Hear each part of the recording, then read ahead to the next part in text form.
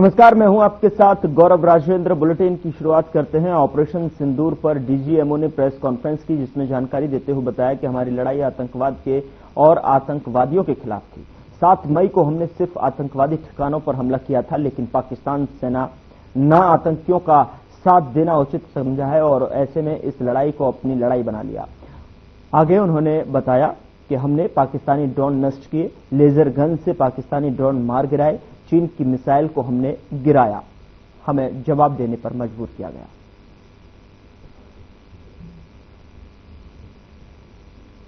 दोस्तों, हमारी लड़ाई आतंकवाद और आतंकवादियों के खिलाफ थी। इसलिए 7 मई को हमने केवल आतंकवादी ठिकानों पर ही हमला किया था। पर अफसोस इस बात का है कि पाकिस्तानी सेना ने आतंकवादियों का साथ देना उचित समझा और इस लड़ाई को अपनी लड़ाई बना ली। इस परिस्थिति में हमारी जवाबी कार्यवाही अत्यंत आवश्यक थी और इसमें उनका जो भी नुकसान हुआ वे खुद इसके लिए जिम्मेदार हैं। हमारी तरफ से हमारी एयर डिफेंस सिस्टम्स देश के लिए दीवार की तरह खड़ी थी और इसको भेदना दुश्मन के लिए नामुमकिन था।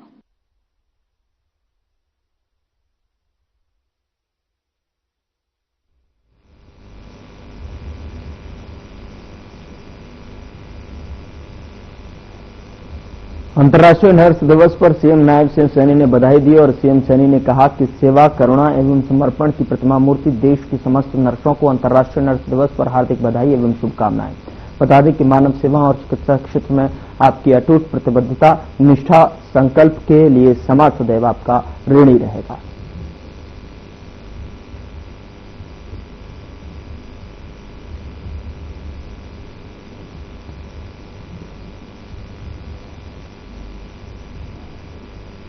हरियाणा के कृषि और किसान कल्याण मंत्री श्याम सिंह राणा का बयान सामने आया है, जिसमें उन्होंने कहा कि भारत के निर्णय अमेरिका जैसे किसी अन्य देश के प्रभाव में नहीं होते हैं, बल्कि प्रधानमंत्री नरेंद्र मोदी और गृह मंत्री सहित पूरी सरकार सक्षम तरीके से निर्णय लेती है।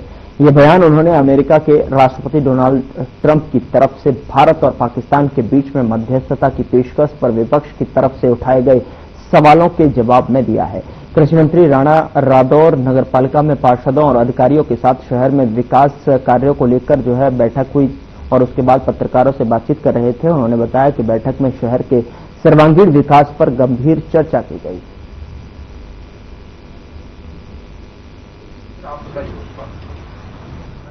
देखिए, दुनिया का देश है तो आप समझते हो कि कहीं अगर झगड़ा होता है आपस में, कोई डिस्ट्रिक्ट कोर्ट है, फिर हाई कोर्ट है, फिर सुप्रीम कोर्ट है, फिर यूएनओ भी है, फिर आपस में दुनिया के काफी देश हैं जो इस बात को अमन शांति को पसंद करते हैं।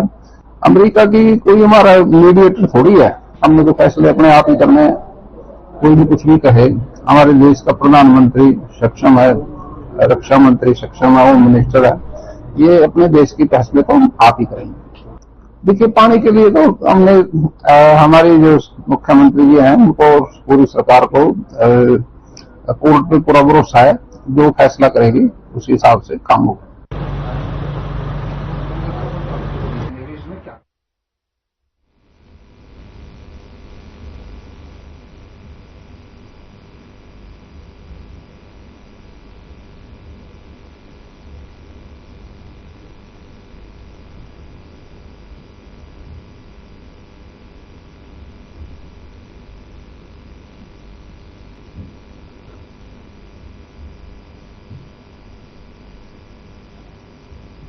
हरियाणा के ऊर्जा, परिवहन एवं श्रम मंत्री अनिल विज ने कहा कि ये पाकिस्तान नहीं, ना पाकिस्तान है। झूठ, फरेब, धोखेबाजी पाकिस्तान के हथियार हैं और हमारा शीर्ष नेतृत्व इस पर नजर रखे हुए है। विज ने आज पत्रकारों से बातचीत करते हुए कहा कि कल युद्ध विराम सहमति के बाद भी इन्होंने इसका उल्लंघन किया। हमारा शीर्ष नेतृत्व और तीनों सेनाएं इस पर नजर रखे हुए हैं। समय आने पर जो कार्रवाई करनी होगी वह की जाएगी। हमारा नेतृत्व विचार कर रहा है और देश हित, हिंदुस्तान और भारत के हित में होगा वह किया जाएगा। की संस्कृति के खिलाफ काम कर रहे हैं। पंजाब की संस्कृति रही है छबीलें लगाने की, लोगों को पानी पिलाने की, और ये पानी छीन रहे हैं। हमारा हक है उसमें। कोई इनका जनरेटेड पानी नहीं है, पंजाब में से पानी नहीं आ रहा, पानी तो हिमाचल से आ रहा है। और ये जो होता है ये किसी स्टेट का नहीं है, ये सारे देश का है, देश का पानी है, उसमें हमारा भी हिस्सा है। हमारा जो हिस्सा है हम अपना हिस्सा मांग रहे हैं, हम तो कुछ कह नहीं रहे। हम तो कह रहे हैं जो 8,500 क्यूसेक हमारा हिस्सा है वो हमें दो, हमारा हिस्सा दो। और आप किसी की बात भी नहीं मानते। आप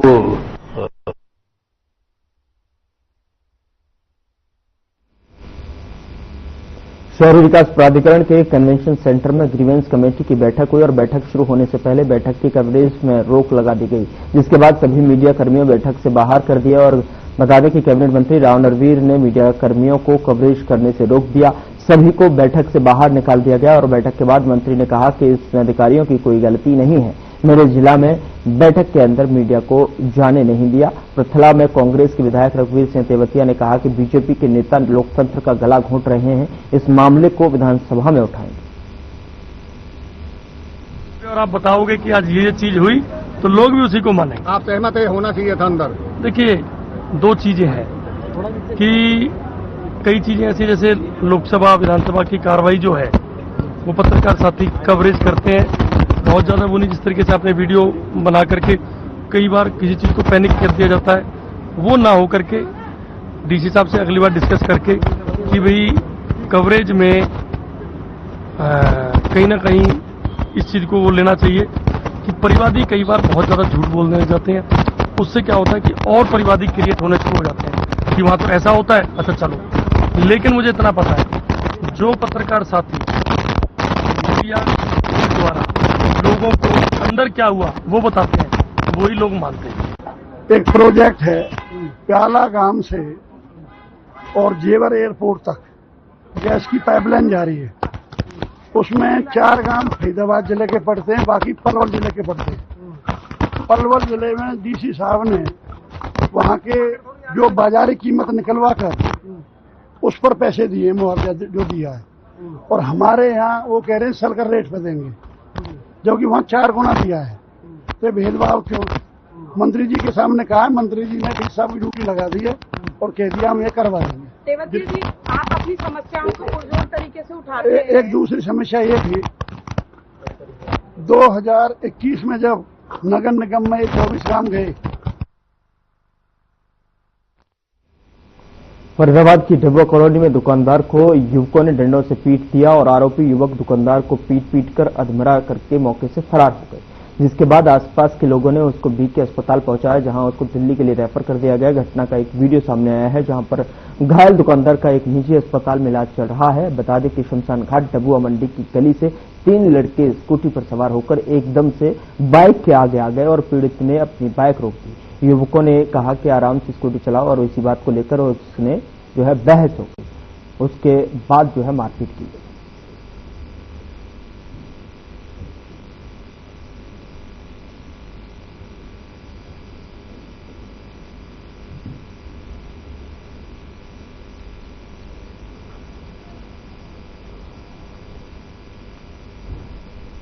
नारनौल में निजामपुर रोड पर रविवार देर शाम बाल भवन के नजदीक एक हेल्थ सप्लीमेंट की दुकान पर आकर युवक ने दुकान के वर्कर पर पिस्टल जो है तान दी। इसके बाद उसने वर्कर को जान से मारने की धमकी दी। वर्कर से दुकान मालिक को बात कराने के लिए कहा। बाद में उसके साथ 2 युवक उसके वहां से जो है ले गए। पीड़ित दुकानदार ने इसकी जानकारी पुलिस को दी। मौके पर पहुंची पुलिस ने जांच शुरू कर दी है। नारनौल शहर में इस महीने पिस्तौल दिखाने की ये दूसरी घटना है। इससे पहले सेक्टर 1 में मकान के अंदर घुसकर एक युवक ने मकान मालिक को पिस्तौल दिखाई थी। निजामपुर रोड पर बाल भवन के पास में मान सप्लीमेंट नाम से जो है एक दुकान है। इस दुकान पर काम करने वाले देवेंद्र ने बताया कि दुकान के अंदर विक्रम छिल्रो जो है नाम का एक युवक आया और पिस्तौल तान दी। और आपको बता दें कि वहीं पुलिस मामले की जांच करती हुई नजर आ रही है।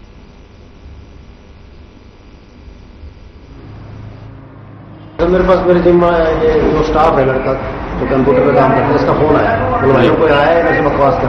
अच्छा, उसने बताया कि मैं से लोग लगा दी, कॉल तो साहब ने ऐसे बात करी। बोले कौन कबूतर बैठा रखा है, ये बकवासबाजी कर रहा है, मैं इसको इतनी गोलियां मार दूंगा, उससे जान से मार दूंगा।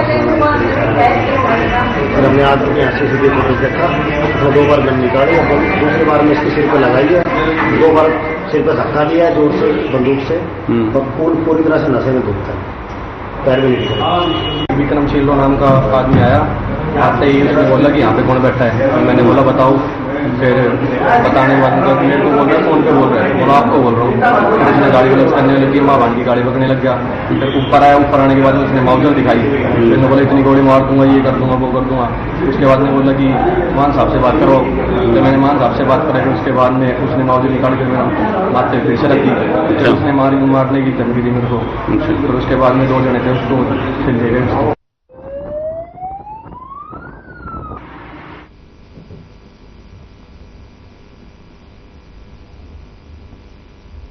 महेंद्रगढ़ में सब डिपो की बनाई गई बिल्डिंग जर्जर हो गई है और आपको बता दें कि उद्घाटन को 1 साल का ही समय बीता है, लेकिन अभी यहां तो न डिपो शुरू हुई है न ही वर्कशॉप। आपको बता दें कि काफी परेशानी का सामना यात्री को करना पड़ रहा है। रात 9 बजे के बाद महेंद्रगढ़ से कहीं के लिए कोई बस नहीं मिली। वहीं लोगों का कहना है कि अधिकारी की लापरवाही की वजह से ये प्रोजेक्ट डिले हो रहा है।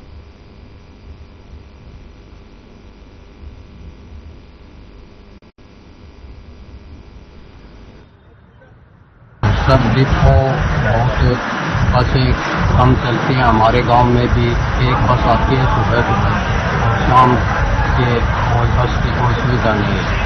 ये सारी बसें टाइम पर चलने लगेंगे, लोगों की परेशानियां घटेंगी और बस डिपो की रोजगार भी बढ़ेगा, ज़्यादा बस चलेगी और लोगों की परेशानी घटेगी।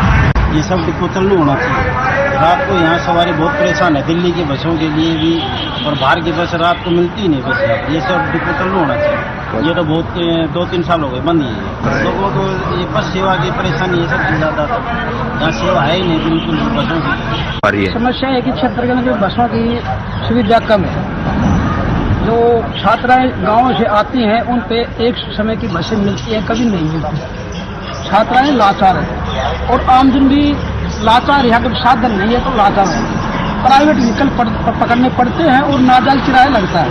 सरकार का जो किराया है वाजिब से ये जो प्राइवेट व्हीकल है किराया अधिक रहता है, तो ये आमजन को भी नुकसान है।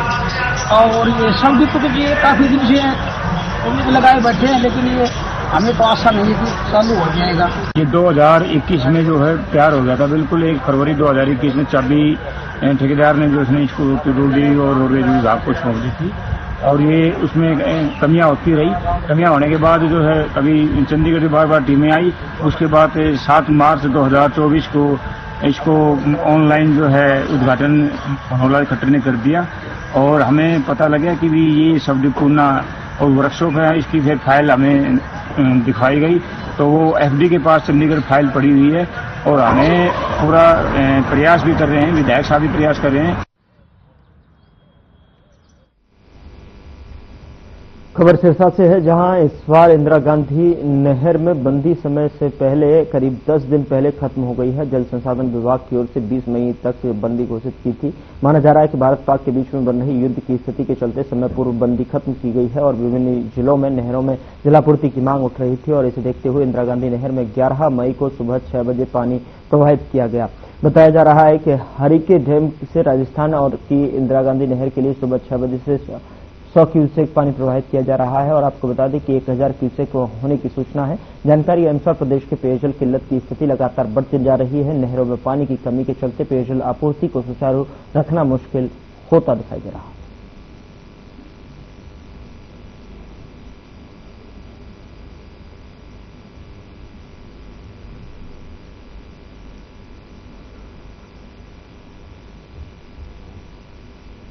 वैशाख पूर्णिमा के मौके पर तरावड़ी अनाज मंडी आड़ती एसोसिएशन की तरफ से 300 से ज्यादा श्रद्धालुओं का जत्था तरावड़ी अनाज मंडी से हरिद्वार हर की पौड़ी पर गंगा स्नान के लिए रवाना हुआ, जिसे विधायक भगवान दास कबीरपंथी ने हरी झंडी दिखाकर रवाना किया। जत्थे का नेतृत्व मंडी एसोसिएशन प्रधान सुभाष गुप्ता ने किया और पूर्णिमा के अवसर पर आड़ती एसोसिएशन तरावड़ी की तरफ से 300 से ज्यादा आड़ती सामाजिक कार्यकर्ताओं और कर्मचारी पत्रकारों को पूर्णिमा के अवसर पर हरिद्वार में गंगा स्नान कराया और प्रधान सुभाष गुप्ता ने बताया कि सभी श्रद्धालुओं का ठहराव गैलेक्सी बासमती राइस की तरफ से हरिद्वार की अग्रवाल धर्मशाला में किया गया है। सभी श्रद्धालुओं ने गंगा स्नान किया।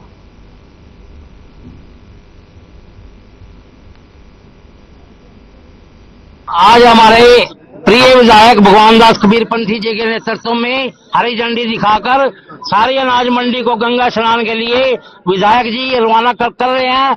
सभी श्रद्धालु जो जा रहे हैं, आरती जा रहे हैं, राइस मिलर जा रहे हैं, इसी मनोकामना के लिए जा रहे हैं कि हमारे हल्के में, हमारे व्यापार में, हमारे किसानों में खूब वृद्धि और समृद्धि रहे। माँ गंगा का आशीर्वाद सब पर बना रहे। पहली बार एक ऐसा प्रोग्राम जो शहर की सुख शांति के लिए, पूरे क्षेत्र की सुख शांति के लिए आज मंडी एसोसिएशन द्वारा आज भाई सुभाष गुप्ता जी प्रधान के नेतृत्व में आज सारे आरती भाई आज और शहर के गणमान्य लोग आज हरिद्वार के लिए यहाँ से प्रस्थान करेंगे, वहाँ स्नान करेंगे और शहर की सुख शांति के लिए सभी प्रार्थना करेंगे। तो मैं सभी आरती भाइयों को बहुत बहुत शुभकामनाएं देता हूँ, बधाई देता हूँ और माँ गंगा के चरणों में यही प्रार्थना करूंगा कि जिस श्रद्धा और विश्वास से आपके पास ये सभी आरती भाई आ रहे हैं आपका आशीर्वाद लेने के लिए, सब पर अपनी कृपा।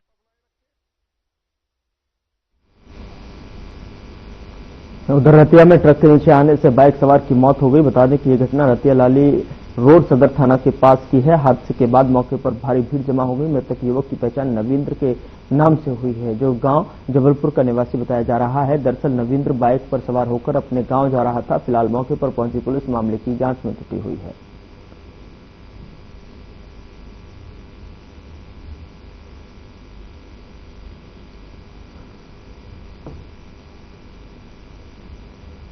हिंदू सेना के राष्ट्रीय अध्यक्ष संत युवराज बल्लभगढ़ पहुंचे, जहां भारत पाकिस्तान के बीच में चलते तनाव को लेकर हमले में पलवल के गुलावत गांव के रहने वाले सेना में शहीद हुए दिनेश शर्मा को श्रद्धांजलि अर्पित करते हुए कहा कि आज पूरा देश सेना के साथ खड़ा हुआ है।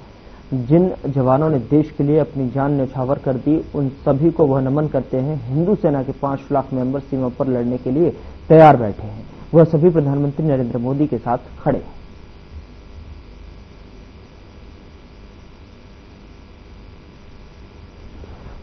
हिंदू सेना से और हम लोग आज हमारे अपने सपूत शहीद दिनेश शर्मा गुलावत में शहीद हुए हैं 5 आदमियों के साथ में। उनमें से एक दिनेश शर्मा जी हैं। उनके वहां जाने के लिए मैंने अपने राष्ट्रीय अध्यक्ष संत युवराज सिंह तलवार वाले बाबा को बुलाया है और इनके साथ में सब लोग यहां से इकट्ठे होकर उनके घर जा रहे हैं श्रद्धांजलि समर्पित करने के लिए। आज जो कि मेरे साथ में केंद्रीय कार्यकारिणी है, आप राष्ट्रीय जो कि उपाध्यक्ष हैं और कोषाध्यक्ष हैं और आप राष्ट्रीय जो कि उपाध्यक्ष हैं और जो क्षेत्रीय महासभा के संपूर्ण भारत के राष्ट्रीय अध्यक्ष हैं। आप हैं, हम राष्ट्रीय वरिष्ठ उपाध्यक्ष हैं जो पद नियुक्ति के लिए निश्चित किए गए हैं। तो यहाँ पर पूरी कार्यकारिणी है हमारी।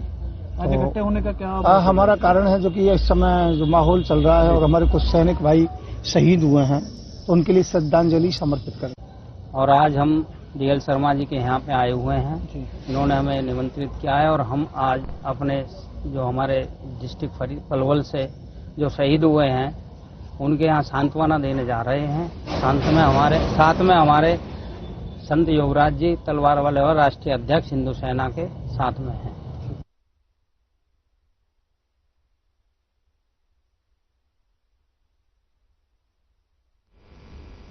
भिवानी में गर्मी बढ़ने से जल संकट की त्रासदी फिर एक बार आम जनजीवन को झुलसा रही है। ऐसे में बढ़ते पेयजल संकट के विरोध में आज भिवानी की दुर्गा कॉलोनी की महिलाओं का गुस्सा फूटा है। आपको बता दें कि उन्होंने खाली मटके उठाए, सर पर रखे और सड़कों पर उतारे, नारेबाजी करते हुए अपनी पीड़ा को उजागर किया है। और इसके साथ ही उन्होंने जिला प्रशासन से मांग की कि जल्द से जल्द उनकी पेयजल संबंधी समस्या का समाधान किया जाए।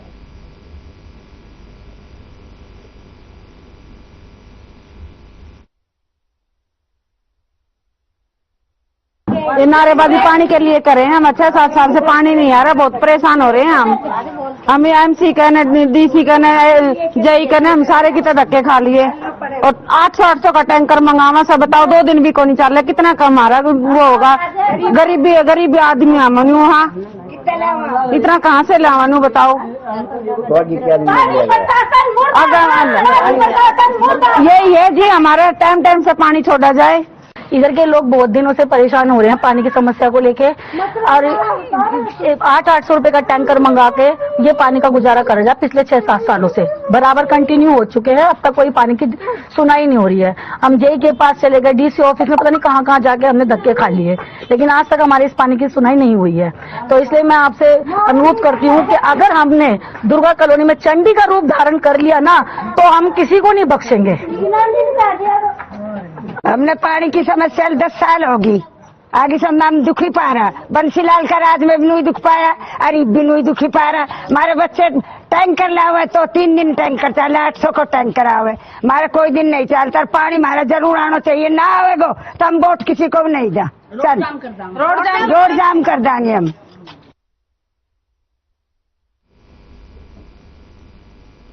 हरियाणा विद्यालय शिक्षा बोर्ड की 10वीं और 12वीं की परीक्षा के परिणाम का इंतजार खत्म हुआ। आपको बता दें कि बोर्ड के चेयरमैन डॉक्टर पवन कुमार ने अनुसार रिजल्ट अगले सप्ताह में कभी भी जारी हो सकता है।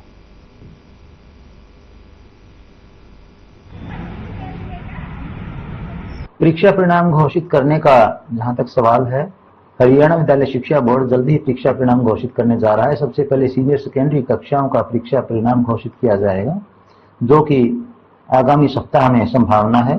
उसके बाद जो सेकेंडरी कक्षाएं हैं यानी 10वीं कक्षाओं का परीक्षा परिणाम घोषित किया जाएगा।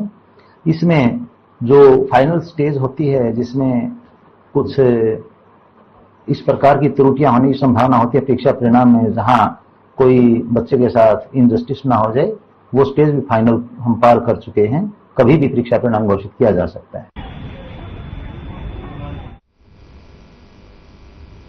हिमाचल के धर्मशाला में हुई नेशनल मास्टर्स गेम्स में हरियाणा ने ओवरऑल चैंपियनशिप जीत हासिल की है। और आपको बता दें कि हरियाणा की टीम यमुनानगर में पहुंचने पर पूर्व कृषि मंत्री कंवरपाल गुर्जर ने जोरदार स्वागत किया और उन्होंने कहा कि हमें अपने वरिष्ठ खिलाड़ियों पर गर्व है। यमुनानगर में पहुंची इस टीम में हरियाणा मास्टर्स गेम्स के प्रधान देवेंद्र साहनी, संगठन सचिव राजेश बजाज, डॉक्टर गोपाल ने बताया कि इस चैंपियनशिप में 30 वर्ष से अधिक के और 70 वर्ष तक के खिलाड़ी भाग लेते हैं।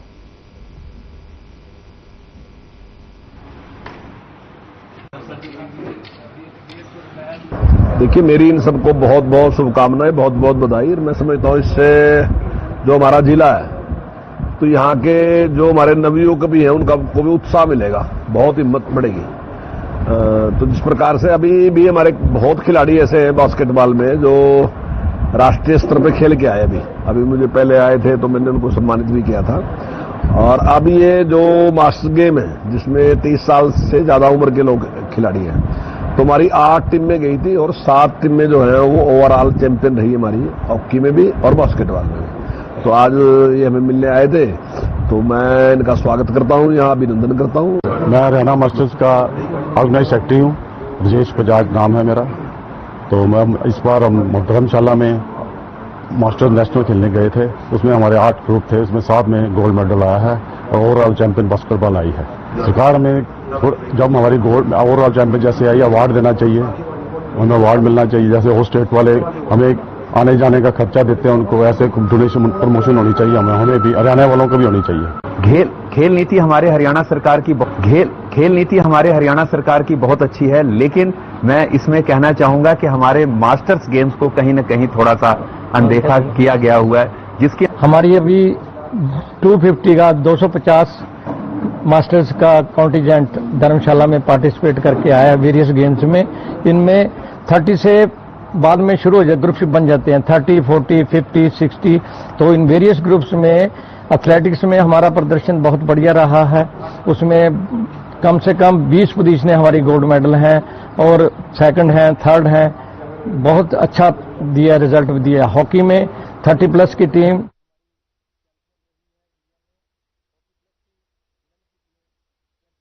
फिलहाल बुलेटिन में इतना ही। नमस्कार।